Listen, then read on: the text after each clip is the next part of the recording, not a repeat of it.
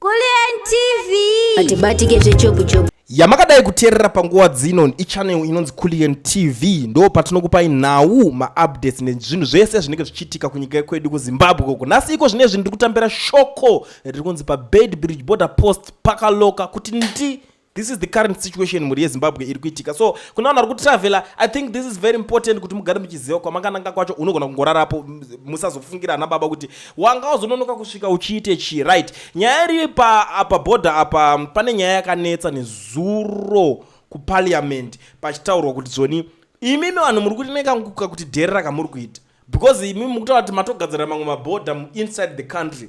Does that make any sense kuti pane mupurisa weZimra, pane mupurisa weZaki, pane mupurisa wechakati, every post or every place mune vanhu venyu vamatoisa. It doesn't make sense. Muri kuzviona? Saka ndo nyaya yanga iri kutaurwa iri kunetswa nayo muparliament. So nhasi handisi kuziva kuti chii because ZANU-PF yagara gonotonga nyika. ZANU-PF inopanika, inotya, inovhunduka. Ikangonzwa nyaya dzakungotaurwa maZimbabwe nzwa kutaura zvechokwadi because most of mazimba vakaputirwa kuswa muhapwa neZANU kudai so. Ukada ungoningirikira unongonzi iwe vanenge vakasupervise. Saka nyaya yacho kana chinge yataurwa kuparliament pane vanhu vanenge vachitoitawo madhiri, vanhu vazhinji veZANU-PF like vakuru varidzi vematraki vava ndeveZANU. Kwa kuita business kazhinji kuZimbabwe unongotori munhu weZANU, most of my business people aya. Saka vanenge vakuchicomplainawo kuti abati muri kutikanganisa kufamba kutora mari paroad like zvakafana vamwe vanhu kana varidzi vemazibhazi aya ari kungouraya vanhu marodhu ndeveZANU because dai asiri ZANU vangadai vakaita sei vakabhanwa. But nyaya yanetsa kudai so manje ndo paborder pacho ndo pakuloka. Boader rimbofera kaloka SA side never ever azviitike. Dzinoloka dzichiri kuSA side mota I understand dzichivharirwa neborder but chitese crosser kuti tinoda kuenda kuZimbabwe ikoko ndo pavanenge vakaningirikira. Border reZimbabwe ndo rine chidhila zvinhu mukati dzine dzazara kuti zvokuti dzakutadza kupinda mukati. Ndomboona musi uno apa chitanzi takwanisa kubatsira matrucks about 1000 trucks per day because it used to be 500 trucks a day if I'm not mistaken. So takwanisa kubatsira something like 1000 trucks a day. And iziyo chinononoka. Border rakagadzirwa rakanaka.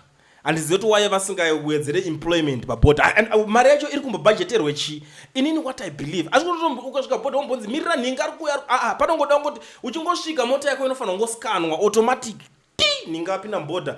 Then mota yake yakutonzi end up pa searching point. Panofanira pana vanhu kana 15 vari kuvhura mota bato mota yavhurwa but 10 minutes mota yatopedzwa nayo kuvhurwa. Ingava kana iri trailer inofanira kunge yatopedza kudhara nekutolodwa foot at the same time zvichikandwa zvinhu zvidzoserwa next car vachitoenda vakadaro ponyorwa zichakati mota mune chakati munhu wodeclare zvinhu zvake mota yadarikira mberi yoenda. Kweta kuti unopita 4 hours uri muborder chii chakadaro nemari inotorwa muborder mweme border unoriziva muche border ukatosvika paipa ndotona ndogena rekutanga munhu wese madhiraivha ndobva vakatosevha mari. Muri kusiyiwa mari yakawanda mweme vanhu vari kudya.